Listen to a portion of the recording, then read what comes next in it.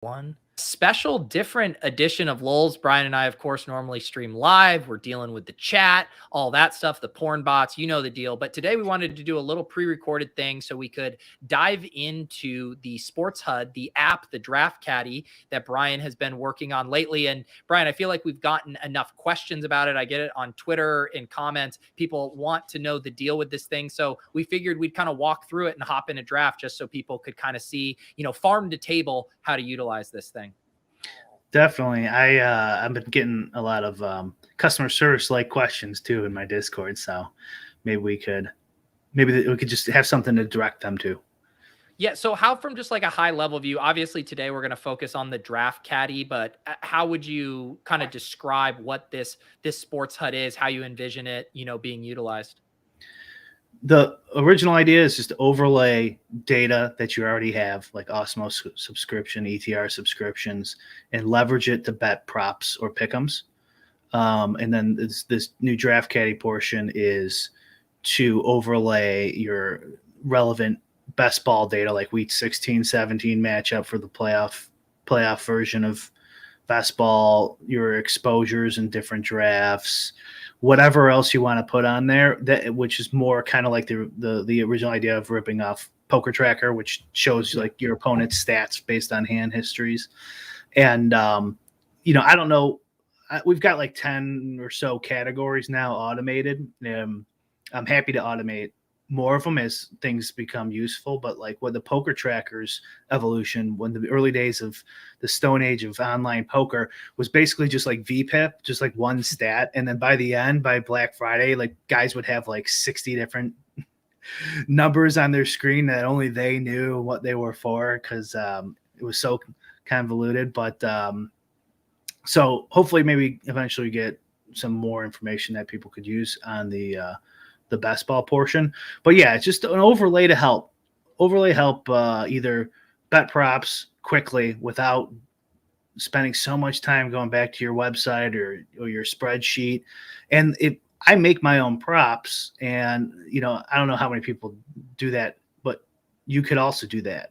You could overlay your own props or overlay your own ADP. If you have a ADP that you think's better than everyone else's or anything else you want on there, you could throw it on there. I did the Scottish Open today. Underdog had a best ball for them, so I just took like their win percentage, their sportsbook win percentage, cut percentage, and just overlaid it on there and did some drafts. I doubt anyone's doing that, right? Yeah.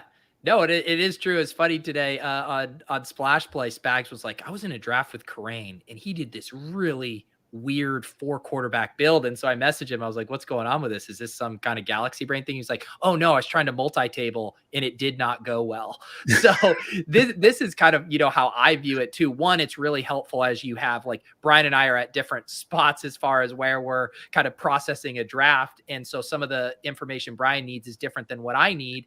And when I kind of transition to multi-tabling, which I inevitably think I will, to max enter BBM3 when we get closer, like, I am going to need simple information that I can process myself if I'm doing one draft. But if you're trying to do 2 to 3 of these at one time, like, this tool is going to be very helpful for you. That was also part of some of the old poker software, like Poker Ninja, and there was a few other ones. They were there to help you multi-table. And so I would play like 6 to 10 tables at a time back in the day, and it would like pop up the most urgent table before your timer goes off. Yeah. And theoretically, we could add the same thing if enough people are doing multi-entry best ball, which they might when it comes to right before the start of the season. Yeah, and that's a good point with all of this. I mean, Brian has been taking feedback, adding different features and stuff that he thinks there's a market for, people bring up. And so you got the 2-day trial on it too. So you can give it a shot. And, a lot of it is customizable as far as what kind of fields and information you upload. And Brian is automating that too. So there's kind of a basket of default options of data you can have. But really with this thing, it is fully customizable. So if you have ideas, you have ways that you think you can improve on it, let Brian know, let us know. And we'll see what we can do here. But I figured, Brian, just because, and I know some more automation is coming, but I thought it'd be helpful for people to kind of just walk through exactly kind of how this works and how to get set up. So I'll probably ask you questions, but maybe you can kind of walk it through. For me, I of course already have the Chrome extension downloaded here, but maybe pick up wherever you might think be helpful for new people.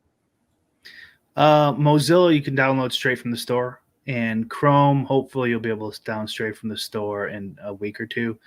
They're a little more strict with their app uploads, and they don't like gambling, but I think they've been relaxing that a little bit.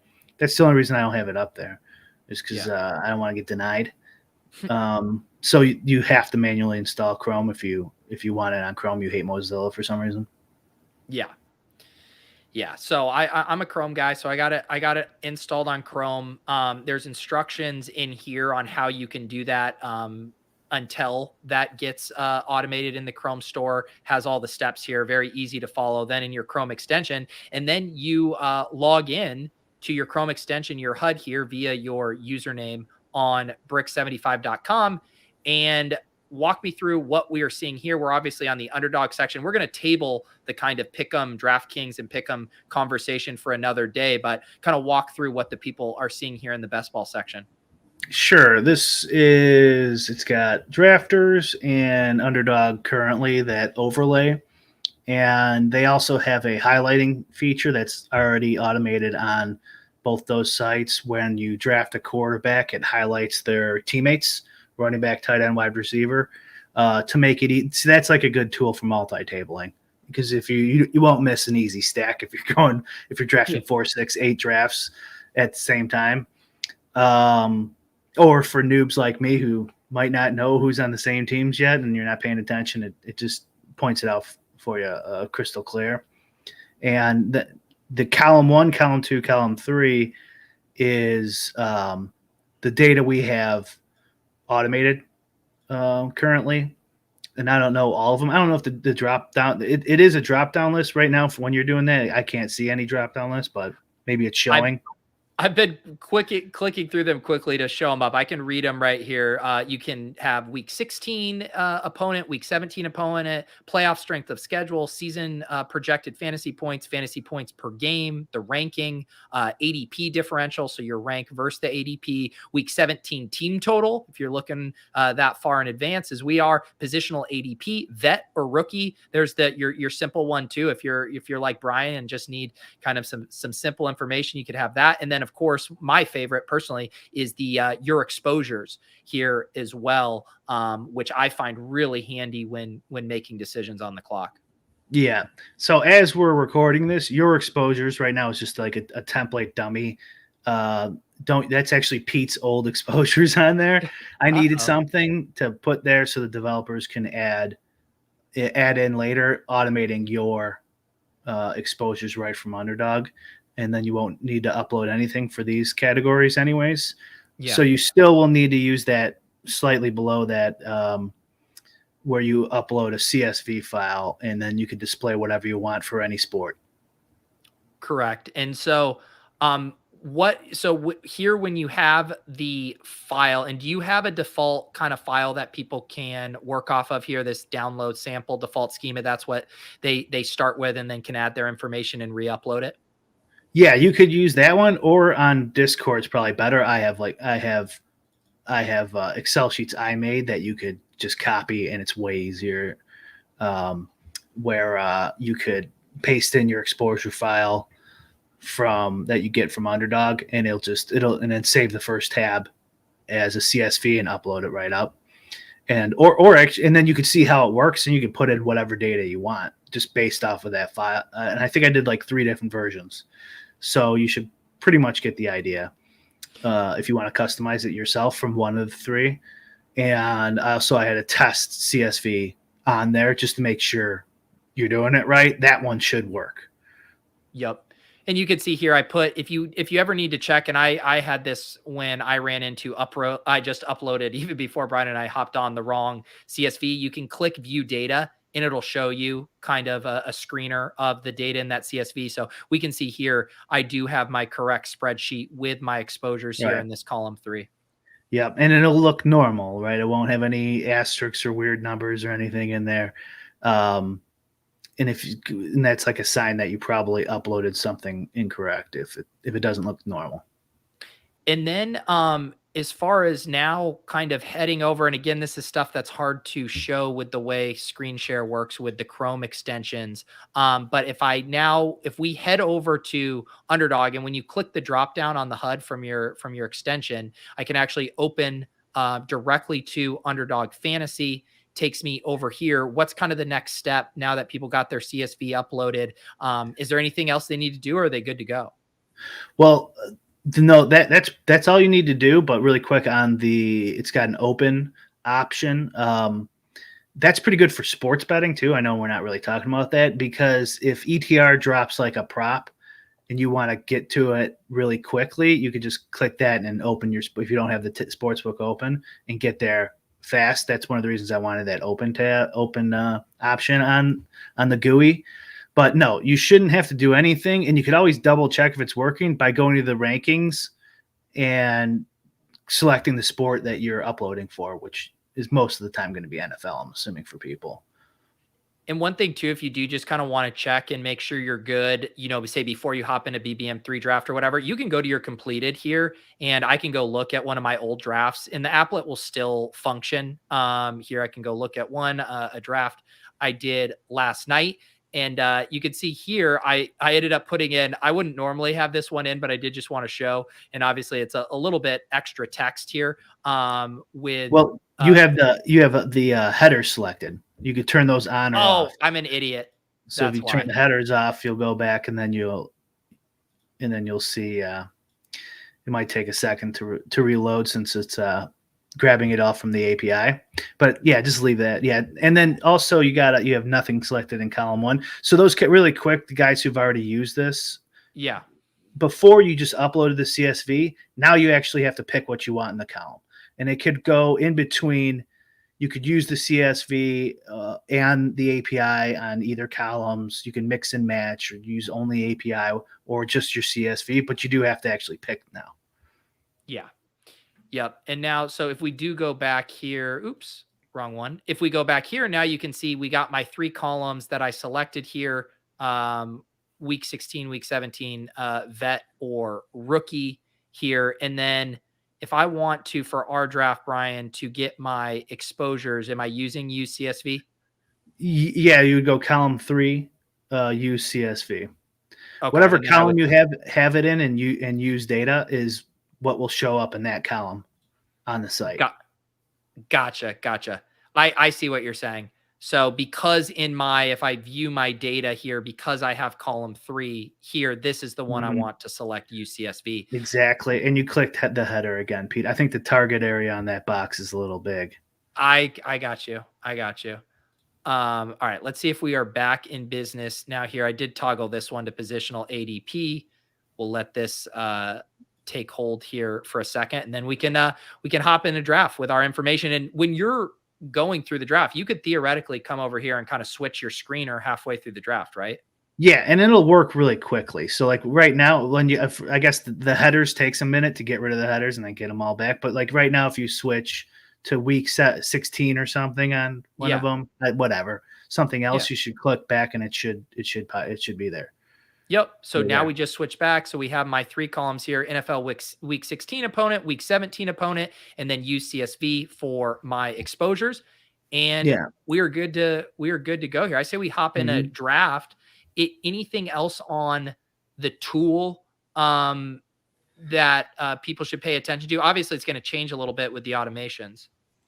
Yeah, the main things people want will be automated shortly. You could put, if someone didn't notice this yet, you could also put characters in. It doesn't have to be numbers. So you could put whatever you want, like do not draft this idiot or something. You know what I mean? Just a reminder or something. Yeah. And you can put whatever you want. I hate this guy, whatever you want into the column and mix and match. And if you want more than 3 columns, like we showed you, you could just select in between them and it'll change really quick and you can look at that data really fast. Like if you're trying to remember if a guy's a sophomore or not, go to the vet rookie tab really quick and take a look. So basically, if you want to use the a la carte ones here that you've already provided, you can just do them from the drop down. Theoretically, say if you had your own 3 data columns, you would just select use CSV for all 3 of these. Yeah, exactly. Okay, that makes sense. Yep. Sweet. Yeah. So it was one of those things. I've been getting all kinds of messages, people asking, generally around the exposures. How do I get my exposures to show up there? But yeah, so this should give you a good handle on how to do that. And while we're waiting here, the one issue people did have, it seemed like, is if you subscribed before, like let's say a month ago or something, and don't subscribe, you might have problems uploading. It doesn't seem to be universal, but just DM me, Twitter or Discord or in the lolz Discord, whatever. I don't care. And if it's not working that way, we'll figure it out. But other than that, pretty much there's not one person right now who's having a problem that we have as a sub. So yeah, there you go. You guys can, and I think this is going to come in handy. I just got an email from Underdog earlier today. The subject line was "Win Puppy 2." They did say, all I can say is Puppy 2 is coming. And as we know, with these kind of flash tournaments that fill within 7 to 10 days, basically impossible not to max it unless you're A, willing to enter like 75 slow drafts, or B, you're willing to multi-table. So I think this is really the way for a good multi-tabler to actually get some good drafts in. That's interesting strategy wise, because like in DFS, you're capped, and obviously you're capped here. Are we up? Yeah. Go ahead. We're up. I mean, to me that seems obvious. You're low on them anyways. Exactly. What I've been putting into my custom columns is I'm working on a best ball sim, and it's pretty shitty right now, admittedly, but like the better it gets, I'm gonna have my advancement rates, and then I want to eventually build a kind of optimal exposure percentage, like that you would have in 150, and then just kind of get around that number more or less. That's fun because it's like, I'm obviously right now I'm under the field on Cooper Cup there. I want to get up there, but for the most part, I'm literally just going by my gut of, I want to be overweight on this guy. I want to be underweight. But if you have your sim data to give you an actual target exposure, that's pretty cool. Right. Yeah. And a lot of them looked like they're like nothing crazy, but we'll see when it's all said and done. One of the ideas I had, what do you think about this one, Pete, is for injuries is to kind of farm the data. So like Christian McCaffrey's an obvious one. So like, I mean, you guys are all best ball bros. So like in the lolz Discord, we could be like, top 10 or guys who are like injury risks or something like that. Yeah. And then tweet out what percentage do you think Christian McCaffrey will be injured, 0 to 5%, 5 to 10, whatever. We'll make up reasonable graph, and then use that number as the injury chance in a simulation. Right. So like, I'm not going like, Pete says 7% chance he's going to get hurt. Like, well, let's see what 1,000 people think, Yeah. And that should be fairly accurate. And then when they get hurt, you got to do some things in the sim, obviously, like who's the backup, and the backup can get hurt too. So, but anyways, that would kind of alleviate what Leone was talking about in our chat last week. Was it last week? Yeah. Where it's like he was talking about Alex's article about week 16, or no, I'm sorry, 3 quarterbacks. Yeah. And if you don't have the injuries set up, it could lead you to think that, I think this is his thesis, is 3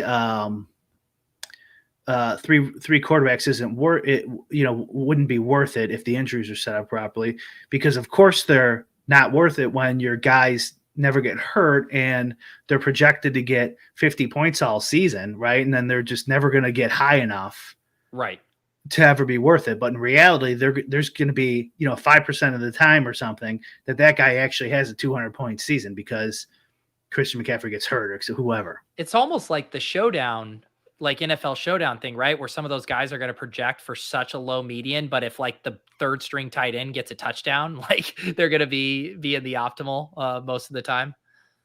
Yeah, and but this also affects the quarterback position, right? Because if the second string running back from handcuff from Team X is basically never going to be in a simulation optimal, then I keep worrying about our picks coming up. If he's going to be if he's never going to be in a simulation optimal, then of course you'd pick up those extra 16 points from a quarterback who's always going to play, right? Right. All right. What are we looking at? What do you think, Pete? So I would probably just I normally take T. Higgins in this spot, kind of evidenced here, but I don't mind just taking Tyreek Hill because T. Higgins generally goes a few picks after. Yeah, okay. I don't like take Tyreek Hill, but I don't like stud wide receivers who go to a new team and their quarterback's not really good. But it's a fair argument. I honestly I prefer I definitely prefer Higgins just generally, but I smash Higgins in a lot of spots. One thing I noticed, Brian, I feel like these exposures are a little off. I'm just trying to figure out. Are you on UCSV? Oh, you know why, Pete? Probably you gave me the exposures for your whole. You're right. That's what I did. Yeah. Maybe. So the way when you can export and we'll make our pick, and then maybe I'll. I could update your thing while you're. Yeah, I'll get you. No, you don't need to. I can do it. Oh, okay. The problem with you is you do so many like random side randomizer drafts and stuff. It must screw up your. Exactly. So this is an interesting spot here. T. Higgins does come back, which was kind of why I was willing to let him go. Mike Williams obviously gives us that correlation with Cooper Kupp in week 17. What do you like here? I'm actually updating your okay. I'm gonna take you said week 16 correlation? Week 17. And I went against it. Well, again, so sometimes the reason I feel like Higgins with Cooper Kupp and Tyreek Hill is going to end up being a pretty unique combination. Just because all of those guys slid a little bit past where they normally go. And my thought is like, so I've seen so many teams just like anecdotally where everyone's reaching for Mike Williams and Keenan with their Cooper Kupp builds because everyone loves that week 17 correlation that I'm almost worried about it being like a quote unquote chalky stack at this point. I sent you your updated info. Oh, thank you. You probably have to delete the old CSV and upload this one. Okay. I am going to download. So what's been the overall best ball bro I don't know, opinion on week 16 now? Has it shifted? I do think people are definitely more like open to the idea of, hey, I want to be kind of weighting these similarly. And I do think like you clicked headers again. Oh man, that always gets me. Let's head back here and see if but yeah, no, I thought Alex's article made a lot of sense. And it intuitively makes sense that it's much easier to advance from week 16 than it is week 17. And so optimizing for that and just getting there makes a lot of sense. I definitely get that.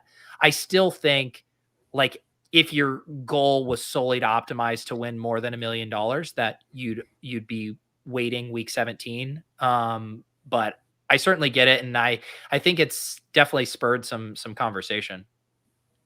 Do you know, here's another thing I want to get out of the sim data is, rule of thumb, heuristic, how many rounds is each one of these things worth?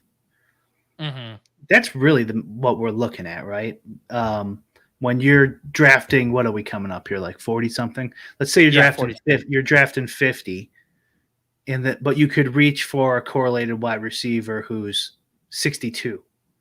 Is that worth it? Is it 65 worth it? What's worth it? What about in the first round? What about in the second round? Does that change things? And I'm assuming it does. Like, you don't want to go too far down on those rounds. Yeah. All sorts of, like, okay, how many rounds? I get that I want to hit this correlation. I Yep. understand that. But like, how it's a lot easier in DFS when I could just run it all on the same day and then, enter it all in. When I'm hand building like this, like what is each little piece of this worth besides a tiebreaker? Obviously, a tiebreaker, yeah, you should do all this every time. But what about 5 picks, 8 picks, 10 picks? Right. So this is an interesting spot. One thing I've been doing in some of these drafts is, even though I didn't take Mike Williams there, and I think I actually talked about this last time we did it, we're all backdoor stack Herbert because I'm already kind of setting up my week 17 correlation of the Chargers versus him, and he falls, and then knowing there's still a couple of these other Chargers that I can draft later in the draft. Yeah, and you got a lot of Hull anyways, but yeah. Yeah. But no, so back to your point, that's the thing I struggle with. I mean, I know ETR had an article looking at the data for just like various ranges of how much you're reaching on picks. And they had different buckets that basically their bucket was anything over like 10 to 12 picks is a reach, started to have like neutral to negative value. And then the question is, how much does the correlation offset that? How much of a bigger buffer does the correlation give you? The thing I've been thinking about, and I kind of was mentioning it with that Mike Williams thing, is because people like to stack, not only are you sacrificing ADP value, but I think you're also running into more duplicated combinations of players because people are naturally reaching to complete those stacks. So it feels like you're sacrificing potential super teams by reaching and running into duplicated textures of builds. Maybe. What do you remember what their 10 to 12 was based on? Like, you're reaching after 10 or 12, just generally speaking. So like you could pick anywhere around 10 to 12 and then it's about the same. Yeah. Is that what? Yep.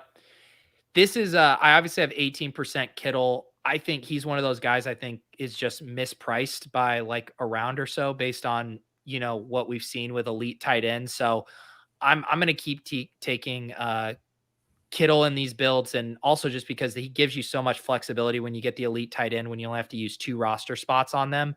And because we're headed toward a 0 RB build here, this could potentially get us to where we can grab 7 running backs if we need. Who would you rather have? Could you go? Mahomes and Hall or Herbert and Kittle? Because that was your option there. Yeah.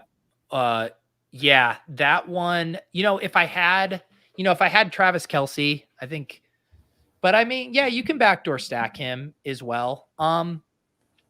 It's interesting. I think it's like pretty even, like positionally, like what Breece Hall could bring for you down the stretch is a really exciting rookie running back whose role will go down the stretch, and also what Kittle can do. I mean, Kittle had those 2 games last year towards the end of the season where he had 35 plus points. Like, if you're getting that, like Breece Hall can break out and still maybe like Jonathan Taylor is going to be close to him, and Dalvin Cook and Eckler, like when these elite tight ends put up the 30 to 35 point weeks, like Kittle and Waller can do, it's just like you separate so much from the field because the next tier of tight ends is just nowhere near close. So I really like the elite tight ends. I don't blame you. What do you think about Pitts? I like Pitts a lot. Yeah, okay. I've been drafting him a decent amount.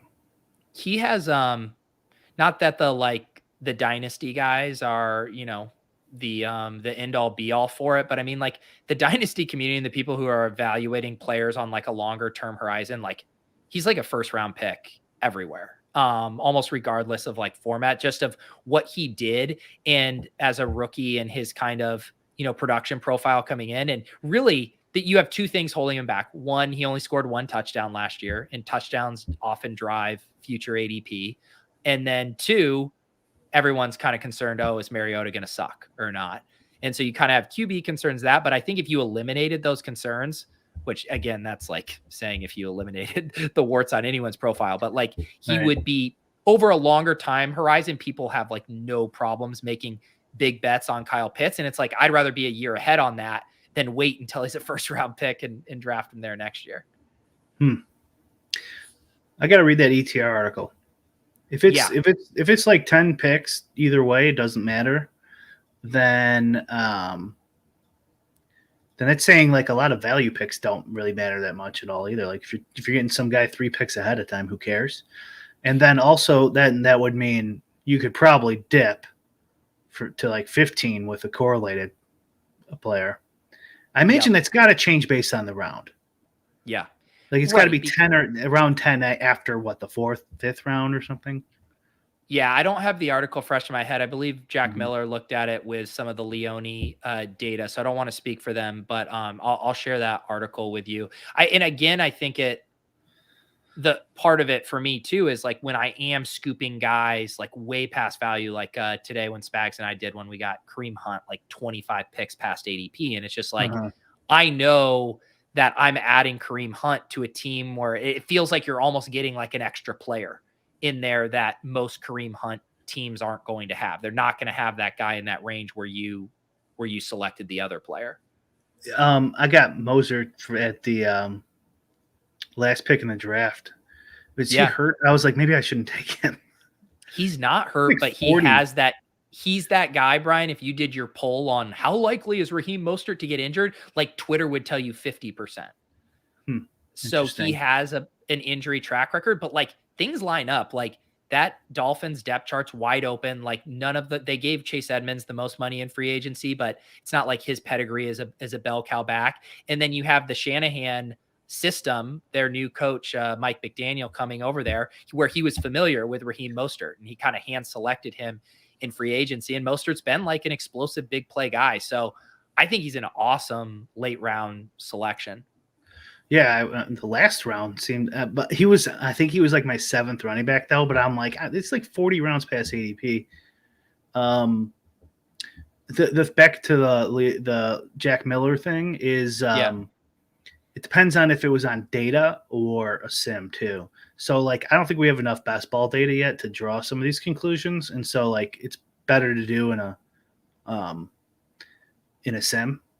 Yeah, and that's even with guessing at injuries. Like, it's still better in a sim, I think, right now, to kind of figure that stuff out. But I don't know, maybe they did in the sim. I didn't read the article, but I don't think it was a sim. I think they were looking at last year's data and win rates. All right, we're on the all right. Man, this is kind of a gross spot. I have 0% Amari Cooper.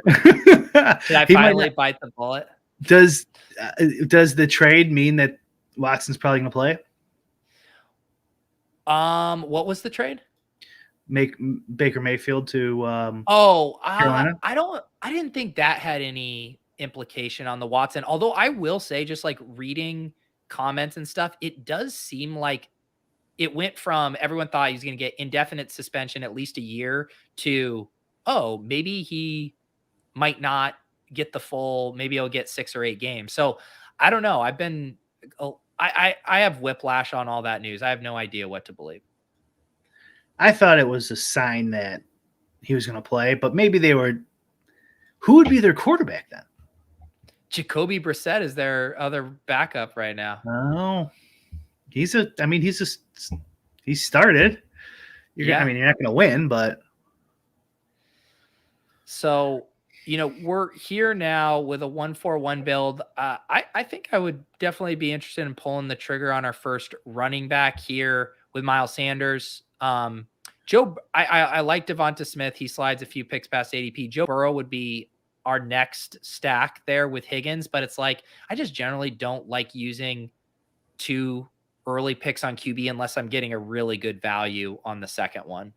Yeah, that is enticing though.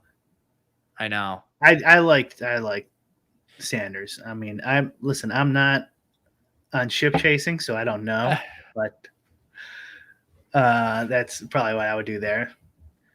One other thing I sometimes look about when I look at these, say, passing on Joe Burrow is like, okay, so the other team who'd be really interested in stacking him is this Jamar Chase guy who took him early, wanting to get that quarterback. Mm-hmm. Well, he also took Josh Allen in the 3rd. So he doesn't strike me as someone who's necessarily prioritizing stacking if he didn't want to just wait. So if he's willing to let the quarterback go, obviously none of these guys have quarterbacks, but you'll sometimes see people who are prioritizing stacking just pass on a guy like Burrow if they don't have one of his pass catchers yet. So this is a spot where I'm like, if Joe Burrow comes back to us in the 8th round, like let's smash it, but let's kind of see if the room will let us sneak in another pick ahead of time. I like it. You needed a running back too. I know 0 RB and everything, but you have to play somebody at the position. Oh, we do eventually have to get running back points. You do, yeah. I'm pretty sure. I don't really need to send that one out. I don't think. Let's just make sure. Have you settings? Okay, you do have to have 2 running backs each week. Is this the first time you've looked at that? It's the first time. I just kind of assumed. Now, but I can, Brian. See, I can only start a max of 3 running backs in my starting lineup each week. 2 running backs and a flex, but wide receivers, I can start 4. I love this. Is definitely a thing I like better about underdog than not super draft. What is it? Drafters. I did a slow draft on there, and it's like I got a notification my pick was up, and it's like I entered that like a month ago, and also there's like 20 rounds or more or something in that. Yeah. It makes sense for their structure, but it's still a lot of rounds. It is. I mean, even when Underdog had the super flex drafts and some of their drafts preseason were 20 rounds, and man, it's just like you feel those extra rounds. This draft, I would say, is going at a pretty good clip. Like sometimes you'll get in, like you can tell there's not a lot of badges in this room, so it's probably more casual drafters. But sometimes you get in one of these badge drafts where everyone knows these rooms inside and out, and you could just rip off a draft in like 37 minutes. And it's just like, wow, this feels good. That's pretty sweet. That's definitely something they need to think about. You can do one of these really quick. Those PGA ones, you could do a PGA underdog draft in like 5 minutes. Yeah. It's so fast. Yeah. We did see a crazy quarterback run here go 5 picks in a row. So Joe Burrow doesn't make it back, but I'm at peace with that. One of the things I think about with the elite quarterbacks, it kind of gives us the permission to wait a little longer on our 2nd or even 3rd QB.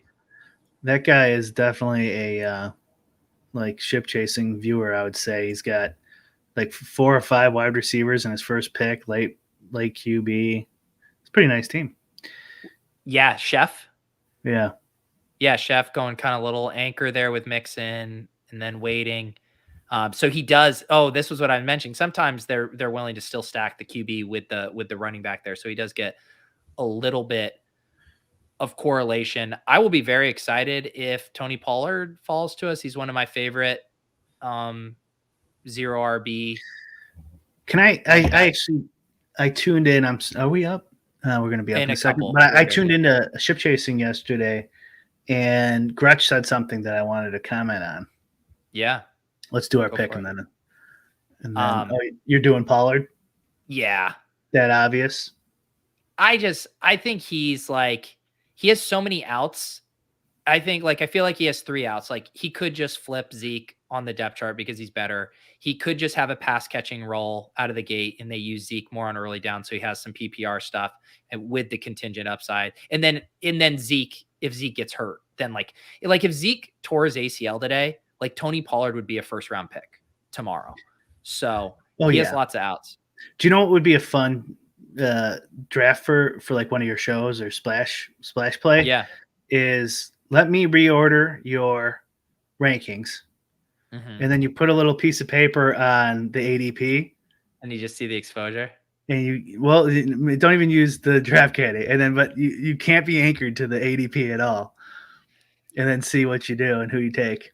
You might have it memorized. Oh, that's what I was going to say. I would have, I think if you quizzed me on ADPs, I think within like maybe a 5-round band or 5-pick band through 50, and then like within a 10-pick band, picks 50 through 100. Like I would be pretty dialed in. That someone needs to quiz you. Someone needs to quiz you for sure.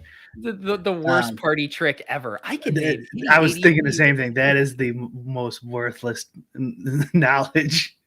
You can name any ADP you want.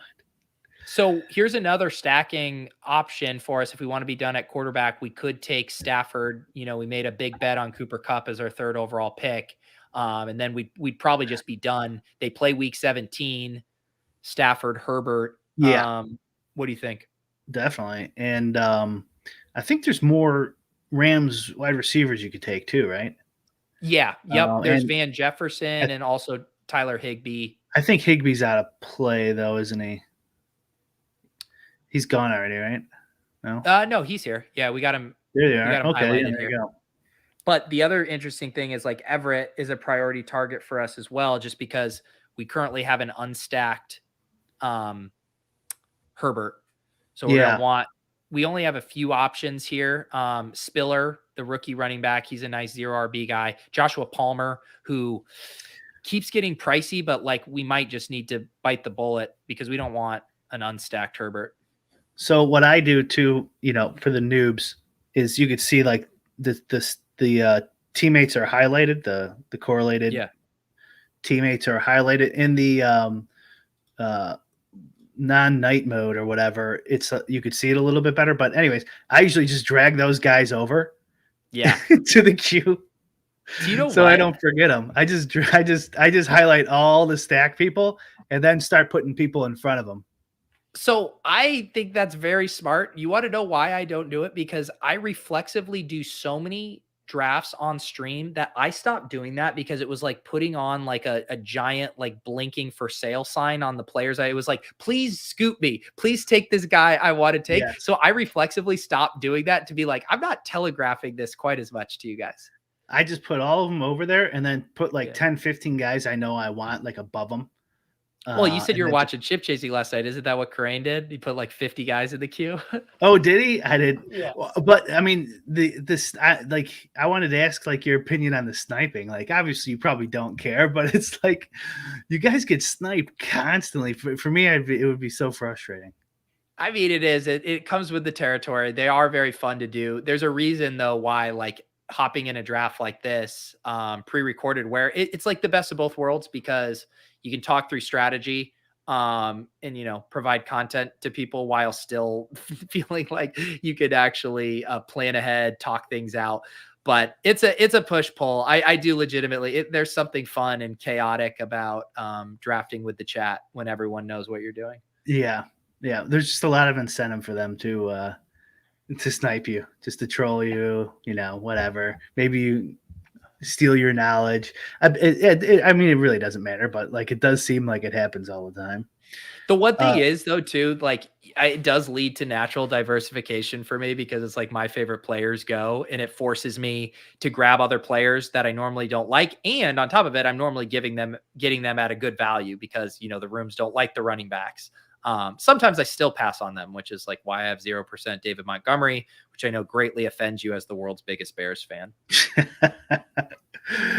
Do you remember even who your highest owned player was last year? Like what percent it was? I believe it was Rondell Moore at like 21 or 22%. So it wasn't. You consider yourself an expert? The funny thing is like, Corain was so offended because like Corain and Davis specifically last year too, like had their guys. And like, I think Pat had like 45 and 50% of some players. I know Beimfor had Nico like 45%. Hardman, he had a ton. Yeah. And I became way more of a like ADP value hound, wisdom of the crowds guy last year where I was like, I just wasn't reaching that far ahead for my guys. And so my exposures were more smoothed out. But even at like 24%, you're still basically like 3x the field on like what would be a normal distribution. Yeah. It'll be interesting to see if I could pull off the sim how I want it to see like what their targets are. Like, But that seemed like the initial stuff anyways, like 30% was like the highest. Yeah. For like advancing, not playoffs, just advancing. I haven't gotten that far yet. I still haven't been able to comment on Gretsch. Something he said about. And while you're doing this, I had food delivered that I don't want to sit out. So you talk about this real quick. So, we're gonna have a pick coming up here, and there's nothing I can do about it. It looks like it's gonna be Zach Ertz season here. So Gretsch said he's like, I'm not sure about, and I'm paraphrasing, but it was something like, I'm not sure about this running back quarterback correlation. They don't, especially they run the ball in. I think it was wide receiver quarterback, and like how strong it was basically. Wow, that was fast, Pete. I was just getting it from my door. No, I'm hang on. I'll make this pick, and then I do want to hear this conversation about running back correlation here. I don't feel like we need to take Ertz. I mean, we could go double Dallas, guys. I'm getting a little spooked about Gallup's injury timeline lately. I have a bunch of more. I think we could still keep loading up on some running backs here. So let's take Alexander Madison. Right. Yeah. So he was talking about, wow, we need some injuries this year, huh? But then that's what you need. You need to get lucky in all these GPP contests. Your boy. You already have 19% of them going right back to the well. Just martingaling him.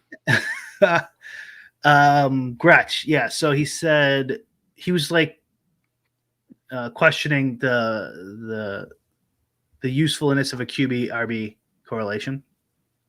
Are you going to take him? I was going to take Kenny Golladay to just be like, and now it's just like, I gotta play with it.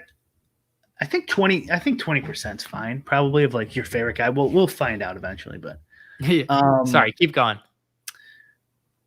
And so I think he's right about the quarterback, running back, like how beneficial this is in some ways, and in some ways maybe it's different for best ball because he said like running backs are supposed to like run the ball in, right? Yeah, and that's true, they are. So like, how much correlation can there be? Like, is the correlations like I throw the ball to Pete, that means me and Pete both get points? That's correlation. But I do think over the course of a season, it does kind of change it to where, obviously he still does throw the ball to the running back. It's just not for big plays usually, but it still counts right there. And there'll be games where like whoever running back, Kareem Hunt, rushes 3 touchdowns, which means your quarterback's probably not going to get those touchdowns in that game. But all the other benefits, like you should still get on average over the season of that correlation. So like it almost makes more sense to me. And I was just kind of mulling this over my head without actually looking into any of the data. But that like over a season, it might actually be better than in DFS, like that QB RB correlation. Yeah. But the data does show there is a little correlation there, which makes sense, right?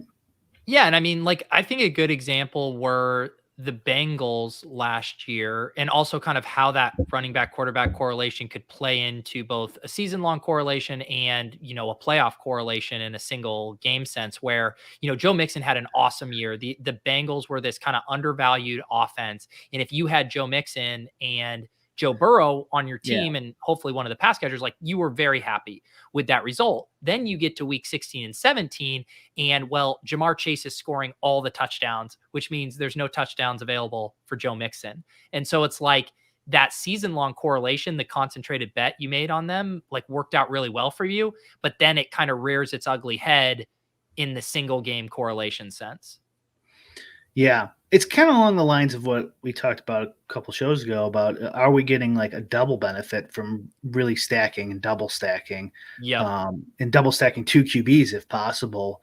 When the team goes off, then that whole team is more likely to be advancing, because that whole team, the Bengals example, because that whole team went off, as opposed to you have an uncorrelated Lamar Jackson with Marquise Brown now, and you hope they just both go off. But James Conner's on a different team now, isn't he? Is he on Miami or something? What team is he on? He's on the Cardinals still. Yeah. Oh, he's still on the Cardinals? Yeah, okay. That's another one. Conner, Murray, and Marquise Brown.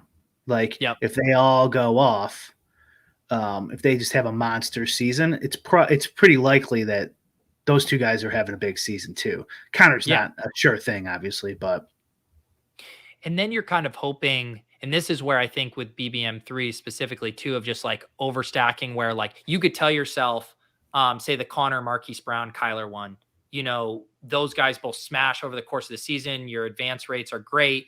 Then James Conner has a big game week 15, Marquise Brown week 16, and then Connor week 17, where it like ping pongs and it all comes together. Now, if you have like 6 or 7 players from the same team, you might still hit the macro correlation bet. If you hit that undervalued team that smashes, you're going to advance. But then it's like, can that team put up 40 points, 2-3 weeks in a row where you're not burning too many roster spots on one offense?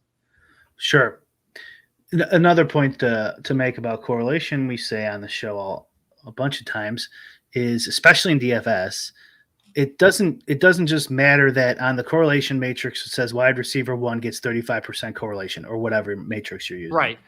It matters when the team goes off because you're trying to score big, just like in this too. More so in the playoffs in this example because it's really more one thing. And that is another mark against a running back because when shit really pops off, it's very rare that correlation is with the QB RB.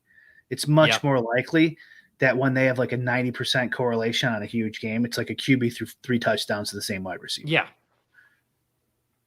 It can happen with an RB, but. So we are entering a pretty nice correlation zone here. I'm trying to think through how I want to play this from an ADP standpoint. Kind of want to look and see what the texture is of the teams in between us. So we have a 6 wide receiver, 5 wide receiver. 6 and a 5 wide receiver team. We basically have 3 kind of players here. Who just went? No. Okay. Gesicki. My goal is to come away with 2 of these highlighted players here. I wouldn't want to risk losing Palmer, honestly, but I don't know. You have a better feel than me. No, that's the exact place I was arriving at as well. It's the last really viable wide receiver. I still have my heart set on Everett as well. It's going to be dicey if he makes it back to us. And then I did want Spiller. Of course he goes, but I do agree with you that the pass catcher was a little bit more important there. Maybe you can get Henderson on the way back here. That'd be nice. But another thing too is I've noticed I've done about 6 or 7 drafts here so far on the Monster, and when you're waiting for your Henderson here too, I want to remember who's auto drafting at this point, because if they're auto drafting these next 2 guys, you're not getting them. You know what I mean? Yeah. Because it takes the top ADP. Exactly. I know that's what like if this guy was there's 2 left here, but if they're auto drafting, you're done. My hope is these guys each have 4 running back builds. This guy had just taken Spiller. Slick Shoes took Hines there. I'm really hoping that these 2 both pump the brakes on running backs for their second picks here. You could go Everett after that if they don't.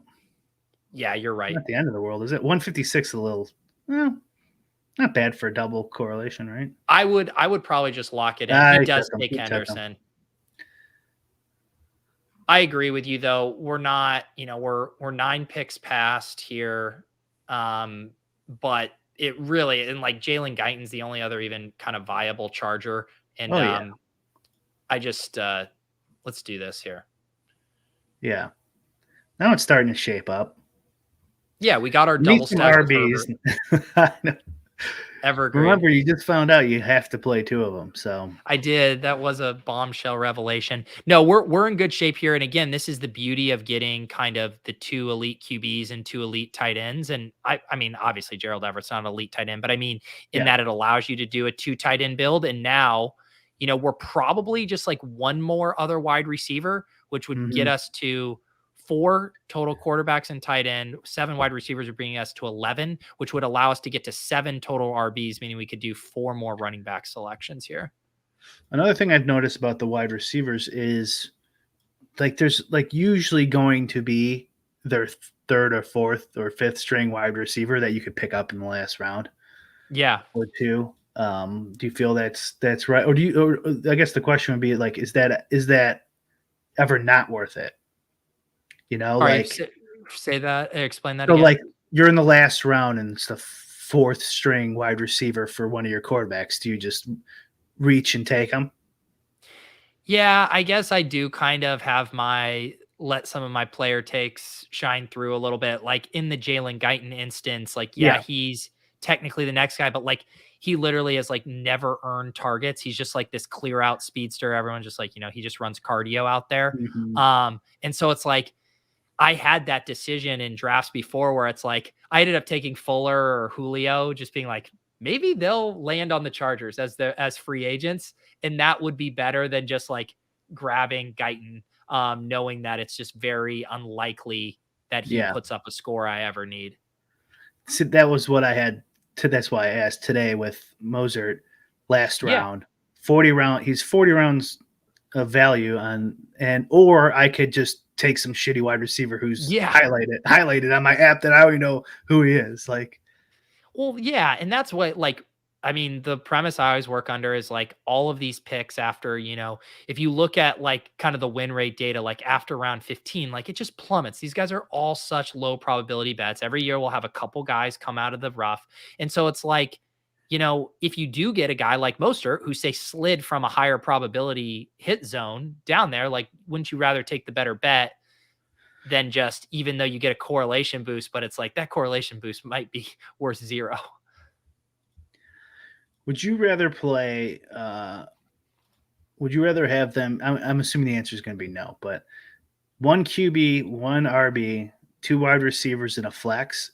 Shorten the draft so you could bang it out in half an hour, and that's the main format. So like shorten the bench, you mean more? Yeah, so we'll shorten the starters and then therefore shorten the bench. Yeah. I like 18 feels like such a sweet spot. Like Underdog has done some of those like rookies and sophomore drafts and stuff that would have like 10 rounds or whatever. Um, I just find them less interesting. And I do think the more you extend, the more like skill, like the more rounds you have, the more structural mistakes people can make. The more rounds you go, the more kind of like information hounds are rewarded, and stuff. So I feel like it's the sweet spot there of where, you know, edge lords can kind of realize that over 18 versus say 10 or something. I would say for the drafters format, they kind of got to keep it at 20 because, like I told you, I'm worried about dupes being a thing Yeah. um, in a non-playoff format. Yep. But with 20 picks, is it 20? Do you know? Have you ever drafted on there? I believe it's 20. Yeah, but I forget. haven't in a while. Um, see, this is a gross range for running backs here. Um, I really like. I'm not a Darrell Williams guy. Maybe I just need to bite the bullet here because we've already kind of made a little bit of a bet on Rondell. Mentor. I mean, they did pay money for him, right? Arizona. They did. I'm an Eno guy. This hurts, but seems fine. Yeah. This is where I get worried. Like, man, did I wait too long on the RBs? Well, the thing is like I have like lots of guys that I mean, you can kind of see from my percentages here that you could tell this is more of a sweet spot for me. Brian Robinson, McKinnon, Foreman. So it's like I'm normally just again, it goes back to that thing of like I don't think James Robinson or Darrell Williams is like any different of a bet than Jerick McKinnon or Deonta Foreman, like Yeah. probabilistically. But they have like a 30 gap ADP range. Yeah. How come no one likes Jamal Williams? He was a Because DFS fun boy there for a little bit. I think because one, he's a pass catching back and people don't get excited about those two. And then two, he's an old pass catching back. And three, he's an old pass catching back with Jared Goff as his quarterback. That's a lot of strikes against you. Why did I think he was?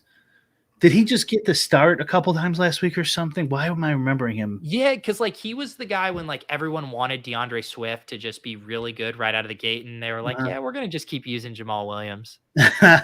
So one guy I am going to take here for this zero RB build. And like one thing I think about a lot when I do zero RB builds is like you were saying, Tony Pollard, Alexander Madison, true handcuffs, Darrell Williams, probably a true handcuff. We're going to need some points out of the gate to kind of just keep this team afloat until the chaos of the season kicks in. Marlon Mack should be the starting running back for the Texans. And I like that he can give us some points right out of the gate. I would probably get Mark Ingram there because I just listened to that ETR podcast Yeah. and they said Kamara might get suspended. But is Ingram's pretty fucking old. Is he even going to be the bell cow if that happens? That's why it's such a he was so bad down the stretch last year that it's like that feels like one of those situations where if you did projections right now, you just have to give him a decent amount of work. But it also feels like the spot where they could just sign someone and immediately be like, sorry, Ingram, you're a dust ball now. Yes, exactly. Yeah, Latavius Murray or somebody who gets that vein. Yeah. Just someone like that, and they just pick them up, throw them in there. Yep. So we have a really nice, our Chargers Rams, week 17 game. Like that's in really good shape. We're building out a good 0 RB crew. We haven't like gone out of our way to force any of these other secondary correlations. Cleveland plays Washington. Oops, my headphones just died. Stand by. Okay. Well, so I get different headphones on. You do that. Can you hear me? I can hear you. You're good. Am I getting an echo the way I have my speaker right now? No, you sound fine. Okay. Cool. But yeah, I was saying we haven't really prioritized too much like bring back week 17 stuff outside of the Chargers Rams, but doesn't really bother me. I like it. I love it. And I would plan for getting Guyton or somebody. Like right now, I would probably go to the wide receiver tab and then highlight, see who you probably already know, but who would be a correlation I could take in round 18 and then fill out everything else, which is probably going to be running back for you. Now you need another wide receiver too, right? Yeah, I think we can do one more wide receiver here. And so we can look at some of these other correlations. If Mark Ingram falls to us, I'm definitely down to take him. Yeah, you gotta. Yeah, so other correlation teams that would make sense for us. Obviously, Atlanta, because we have 2 Arizona guys. Damian Williams is actually a guy that I think could potentially lead the backfield there. And so that anytime like that correlation and our positional needs line up, I always think that's relatively interesting. What wide receivers are left for besides correlation? Mm-hmm. So yeah, as far as like our Rams and Chargers, I mean, it is slim. You see Guyton there, my 0%. There's like Tutu Atwell is the super short dude on the Rams. Yeah, and these guys aren't even getting rankings at information down here. And that's why it's like sometimes in these spots I'm like, who I'd be interested in? I mean, we could, again, it's like, we're not going to take the quarterback, but I would take like David Bell, the rookie wide receiver. I have on the Browns. A ton of that guy. You do? Yeah. Julio Jones can still play football, right? Yeah. David Bell goes. Like Julio is another one where it's just like everyone just agrees that the second he signs, like Green Bay is kind of the front runner right now. I mean, like his ADP is going to jump 3 or 4 rounds. Yeah, he's going to be what, like 11th round, 12th round? No, that might be too high. I would think so. Yeah. And he's Julio Jones. He'll go too high. He'll go higher than he rightfully should, depending on where he signs, and then he'll probably drop back down. Yeah. He's Julio Jones. J.D. McKissick would probably be a good back for this. Again, trying to get like some guaranteed touches, like a pass catching back, and they also play Cleveland week 17. Ingram's going to get touches too, right? Like, even if Kamara plays, he's going to get some touches. Yeah, let's do. Yeah, we're in good shape here. Let's go ahead and grab Ingram. He fell. I mean, Ingram at pick 190 now. And like the 5% chance that Kamara gets suspended and he starts a couple games before they bring somebody in. And again, like the way this tournament is structured, it's like I'm not expecting much from Marlon Mack and Mark Ingram in weeks 15 through 17, but like the thesis is those guys are putting up usable weeks early on, and then one of Zeke or Dalvin Cook gets hurt, and all of a sudden we have an RB1 with Pollard or Madison. Yep, yeah. And you never know. You never know who's going to be starting by then. Right. I mean, that's exactly the team that I had finished top 10 last year. It was like two guys, Sony Michel and Rashad Penny, who did nothing all year, and then injuries opened up right at the perfect time. Yeah. Who was it Mitchell? Eli Mitchell? San Fran? Yep. He's another one. No one was taking him. Yeah, and he was like useful right out of the gate. It was when Mostert got hurt like first quarter of that game. Know. I think I had like 40% of them in DFS that week or something. Man, I remember. DFS was a disaster for me after the first week where I took second or in the millie or whatever. Fucking downhill after that. Yeah. No, I remember that. Man, it's so funny thinking like, because your brain gets like so oriented for me, like in best ball and season long, and then you just get whiplash right into DFS. And it was just like, I don't remember drafting a ton of Mostert last year, but then it's like DFS rolls around. It's like we all have 50% Mostert week one. No one gives a shit now. Yeah. It's all gone. All the postseason garbage is gone when someone gets hurt and his salary's $5,500 or $5,000 or something. Yeah. DraftKings. Is DraftKings best ball a point PPR? Yeah, full PPR.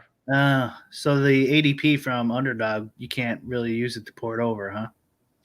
No, I do think there's some interesting stuff there, and just kind of hearing people talk about some of the ADPs over there, and the trends that I think there's some kind of useful stuff where you can get your exposures to certain players on DraftKings versus Underdog. But yeah, it's not apples to apples. Okay. Because we are going to eventually tackle that site too on the app. Yeah. We'll see how long that takes the guys to put in there. But I looked at their best ball. They have a ton of offerings, that's for sure. Yeah. They got a bunch of mid stakes, high stakes stuff. Yeah, I know they have some single entries and stuff too. Don't you think the GTO move, using GTO incorrectly, if Nerdy Tenor's watching, don't you think the GTO move is don't draft till the last week, get awesome at multi-tabling somehow in like the puppies or some shit, and then multi-table the shit out of last week? Yeah. No, I think that's the play. Get 150 in with all the info. And also too, like last year with DraftKings, like if they're giving away a bunch of free entries to people who don't give a shit, like, and there's just a lot of noobs entering, who don't watch any best ball content entering week before. The only part of that plan that could thwart it is if some of these tournaments are, like Best Ball Mania 3. It wouldn't be surprised me if it filled a little bit before like the end of the season. And so you're just having to keep an eye on the fill rates of these to make sure you're going to be able to get in 150 or whatever your goal is. Well, yeah, obviously keep your eye on don't go to Mars and then come back a week before the season, check periodically. Yeah, so this is I have two running backs in here that give us a little week 17 correlation, the rookie Raiders running back, because we have Kittle in here, and then I kind of, he goes. And I was kind of liking Damian Williams anyways, just because we have two Arizona guys, so we're going to want that game to be a little hot. So these are opposing running backs? Yes, yeah, but I have Rondell, so we have two Cardinals, one's a running back, and and one. Do opposing running backs have correlation? Probably not. I will say, because you want like the wide receiver for one team and then the running back from the other team. Here, I'll look at this old correlation matrix. So RB1 with opposing RB1's negative correlation, just slightly. And RB2's negative 2. Which makes sense because really a lot of the correlation is from we get up by running the damn ball, right, and getting 3 rushing touchdowns, and then you have to bomb to come back. So the wide receivers correlated, in like a game flow scenario. All right, the draft is in the books, Brian, and coincidentally enough, that is my halfway mark in Best Ball Mania 3, 75 entries under the belt here. You gotta slow down, pal. No, man, it's the opposite. I got to get one of these in a day just to stay on my clip, because I'm not going to be able to do the quote unquote GTO multi-table shit ton of. My August is going to be crazy here. So. Oh, that's right. Yeah, that's what busy season for you. Yeah, and my other big news, Lauren and I just had we had an offer accepted on a house literally earlier today. Holy shit! Nice, man. And so that, like, us selling our condo, closing, moving in, like all that's going to happen like mid to late August. So it's just like there's going to be no Best Ball EV for me to chase her out. How? Congratulations! And how long have you lived at that house that you're currently at? We moved here in the spring of 2013. Okay, so you got a lot of shit in there. Yeah. Fall of 2013. Yeah.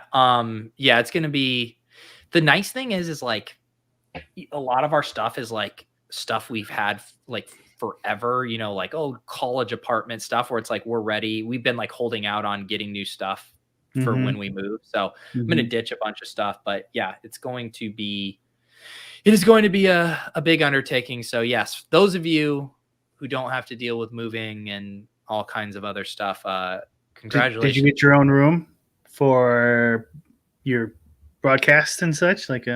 Yeah, I'm gonna have a couple options. I have to decide, but I have a couple good options for it. Cool. It's like, do I want to go more the office route, or do I want to go more like the studio route? And kind of just decide which room I want to use.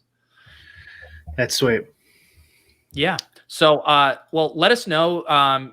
Feel free. We'll have all the information down in the show notes as far as links to the app. There is that free trial on it. It is focused today. We focused obviously on the Best Ball Draft Caddy element, but there is more functionality there for pick'ems and all that. And I'm sure we'll discuss that in the future. And you can always tag Brian and I in either my Discord in the lolz channel or in Brian's Discord if you have questions. Anything else I'm forgetting there, Brian, before we wrap up? No. That should do for lolz housekeeping stuff. I think we have special guests next week, right? Yeah, Whistles Go Woo is confirmed. I believe it's is it US Open week next week too? Because that's what he had mentioned as well. The Open, so like the British Open, they call it the Open. Yeah. Yes. I actually did MMA ownership today because I'm going to Vegas and I won't be able to do it this weekend. So hopefully there's no scratches, but if anyone wants MMA ownership, it's up on my site, and I will be out of commission for 3 days. So what? Yeah, tell me. Like, you kind of told me that you were going to Vegas, or I saw your tweet, and then like, what ended up being your plans? Where are you staying? Are you going to do some poker or what? No poker, hopefully. Mandalay Bay, I'm going to stay at, and one of my buddies wanted to go, so. We're gonna go. RBX is there, so we'll probably hang out. You got to give a photo of you at RBX. Oh yeah, I plan on it, definitely. But that's it. Just whatever. Leave on Sunday. Probably. Awesome, man. I'm gonna do the IV hydration. I already scheduled my appointment because I don't want to be hungover on the flight. That's hilarious. I love it. Very smart, very GTO, dare I say, getting an IV appointment in Vegas. Well, have a great time. I'll be excited to hear the trip report, and don't let RBX 88 drag you to anything that makes you too uncomfortable. Yeah, no, yeah, a Trump rally. Yeah, either that or some kind of orgy, one of the two. Yeah, it's some sort of weird pay for orgy, if you will. Okay. There you go. I'm not doing Yeah, so I'm going to post this on Friday morning. We recorded this on Thursday night. And then, yeah, we'll see you guys back next Wednesday for a fun episode with Whistles Go Woo. We'll talk to you guys then.